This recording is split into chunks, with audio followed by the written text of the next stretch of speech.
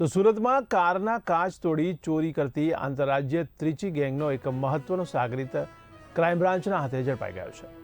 બાતમીના આધારે પોલીસે ગોઠવેલી વોચ દરમિયાન શિવા ગાયકવાડ નામના આરોપીની ધરપકડ કરવામાં આવી છે, જે મૂળ આંધ્રપ્રદેશનો રહેવાસી છે। ત્યારે પોલીસ તપાસમાં ખુલાસો થયો છે કે આ ગેંગ પાર્ક કરેલી ફોર વ્હીલર ગાડીઓના કાચ તોડી અંદરથી રોકડ રકમ અને કિંમતી સામાનની ચોરી કરતી હતી। તો આરોપીઓ પાસેથી કુલ 2.90 લાખ રૂપિયાનો મુદ્દામાલ પણ રિકવર કરવામાં આવ્યો છે। ત્યારે આરોપીઓ વિરુદ્ધ ખટોદરા, અડાજણ, કામરેજ અને નવસારી ગ્રામ્ય પોલીસ મથકમાં અગાઉથી જ ગુનાઓ નોંધાયેલા છે, તેમજ તે અમદાવાદની ગુજરાત યુનિવર્સિટી વિસ્તારમાં નોંધાયેલા 3 કેસોમાં પણ વોન્ટેડ હતો। ત્યારે હાલ પોલીસે આ આંતરરાજ્ય ગેંગના અન્ય સાગરીતોને પકડવા માટે તપાસનો ઘેરો વધુ કસી લીધો છે। થોડા ટાઈમથી ગાડીના કાચ તોડી અને ગાડીની આગળ ઓઇલ નાખી અને ગાડીમાંથી બેગ પડી હોય એમાંથી પૈસાની ઉઠાંતરી, ઇલેક્ટ્રિક ચીજ વસ્તુ ઉઠાંતરી કરતી ગેંગ કાર્યરત થયેલી।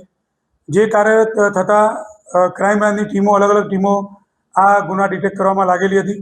એ દરમિયાન આર્મ્સ સ્ક્વોડના પીએસઆઈ ધનગઢ અને પીઆઈ ગઢવી સાહેબની ટીમને એવી બાતમી મળી કે આ ગેંગ સક્રિય થઈ છે।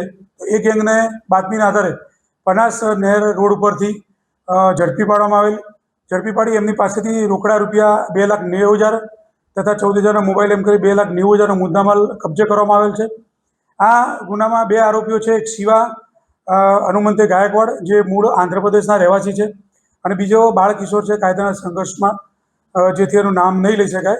આ ગેંગના અગાઉ અત્યારે જે પકડાય છે એમાં ખટોદરા, અડાજણ અને કામરેજ પોલીસ સ્ટેશન તથા નવસારી રૂરલ પોલીસ સ્ટેશનના ગુનાઓ ડિટેક્ટ કરવામાં આવેલ છે। અને જે શિવો આરોપી છે એ શિવાના વિરુદ્ધમાં અમદાવાદમાં ગુજરાત યુનિવર્સિટીમાં અગાઉ 3 ગુનાઓમાં એ વોન્ટેડ છે।